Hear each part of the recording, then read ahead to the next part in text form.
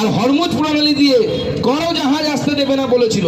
এটা ভারতবর্ষের প্রধানমন্ত্রী নরেন্দ্র মোদী, তার জন্য, তার নেতৃত্বের জন্য ওই হরমুজ প্রণালী দিয়ে ভারতবর্ষের জাহাজ আসছে, ইরান পর্যন্ত সাকেত বাদ ছেড়ে দিয়েছে। এটা ভারতবর্ষের নরেন্দ্র মোদী করতে পেরেছে।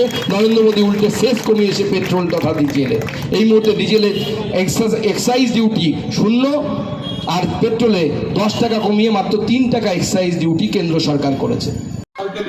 উত্তর 24 পরগনার পানিহাটি বিধানসভার উসুমপুর বটতলা এলাকায় অনুষ্ঠিত হলো জনপ্রিয় মন কি বাত অনুষ্ঠান।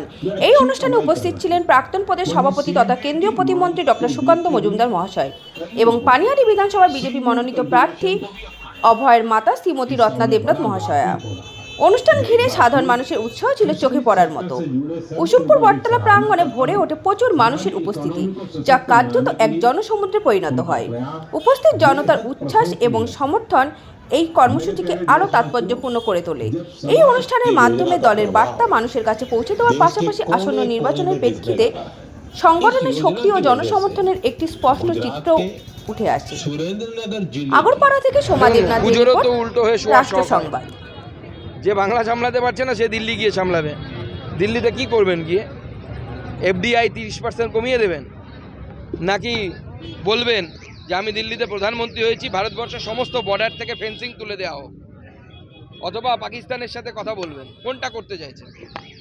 বা আফগানিস্তান থেকে যেভাবে খুনি নিয়ে এসে হাওড়াতে গুলি চালালেন, হারুন নাকি নাম তার, সেরকম আফগানিস্তান থেকে তালিবানদেরকে নিয়ে এসে দিল্লির রাস্তায় মিছিল করাবেন জয় বাংলা বলে? কোনটা করাতে চাইছেন?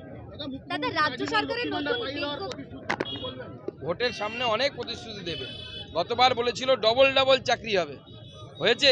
আপনার জানা কারো আছে যে ডবল চাকরি হয়েছে? হয়নি।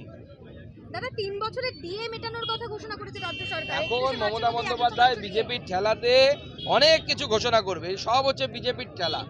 আরে যে মমতা বন্দ্যোপাধ্যায় জয় শ্রীরামকে গালি হিসাবে বলতেন, সেই মমতা বন্দ্যোপাধ্যায় রামনবমীতে শুধু ছুটি দিচ্ছেন তাই নয়, রামনবমীতে শুভেচ্ছা জানাচ্ছেন মানুষকে। ভাবা যায় বিজেপির এফেক্ট। বলে না দেশ বদল রাহা হ্যায়, দেশ সত্যি বদলে যাচ্ছে। ডিএ পাবেন না, ডিএর কোনো হিসেব নেই। যে হিসেব দেওয়া হয়েছে সব প্রভিডেন্ট ফান্ডে যাবে, অর্থাৎ টাকাটা শুধু কম্পিউটারে ডিজিট হিসেবে দেখা যাবে, টাকা আপনার পকেটে ঢুকবে না। পিসি জানে টাকা ভাইপোর পকেটেই ঢোকাতে হয়, আর কারো পকেটে ঢোকাবে না। দাদা মানবাজারে দেখা চলো যাচ্ছে শেষ করো।